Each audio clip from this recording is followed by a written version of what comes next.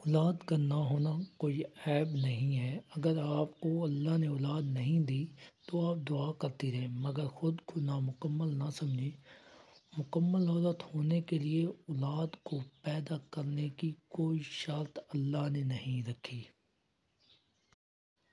خود ساختہ ادھورا پن محسوس کرنا یا دنیا والوں کی باتوں کو دل پر لے لینا محض احساس محرومی اور بے وقوفی ہے۔ بالایمان عثمان کو کبھی کسی اور کی نعمت دیکھ کر احساس محرومی نہیں ہوتی، اور بالایمان عثمان ہر حال میں امتحان میں کامیاب ہونے کی کوشش کرتا ہے۔ اگر مکمل عورت ہونے کے لیے اولاد لازمی ہوتی تو حضور صلی اللہ علیہ وسلم کی سب سے لاڈلی زوجہ حضرت عائشہ صدیقہ رضی اللہ تعالیٰ عنہا کو اللہ تعالیٰ اولاد ضرور عطا کرتا۔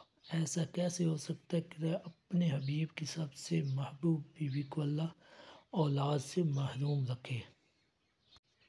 عورت کو مکمل بنانے کا یہ سٹینڈرڈ دنیا والوں نے سیٹ کیا ہے، اللہ نے نہیں۔ اولاد کا نہ ہونا بھی ایک امتحان ہے، اور اللہ ایمان والوں کا امتحان لیتا ہے۔ اللہ سے دعا مانگیے اپنے لیے، مگر خود کو اولاد کے بغیر ادھورا نہ سمجھیں۔ کسی بھی انسان کا مکمل خاکہ اس دنیا کے لیے نہیں، مکمل ہر چیز جنت میں ہوگی۔ آپ کو دنیا میں جن امتحانات میں ڈالا جاتا ہے وہ سب آپ کی کامیابی کے سلسلے کا حصہ ہوتے ہیں۔ بی کانفیڈنٹ، بی پازیٹیو، مانگتے رہیں اور راضی برضا رہیں۔ اللہ تعالیٰ سے دعا ہے کہ اللہ آپ کو صبر جمیل دے اور اجر عظیم دے۔ اے اللہ تمام بے اولادوں کو نیک صالح اولاد عطا فرما، آمین۔ ویڈیو اچھی لگی ہو تو شیئر کریں۔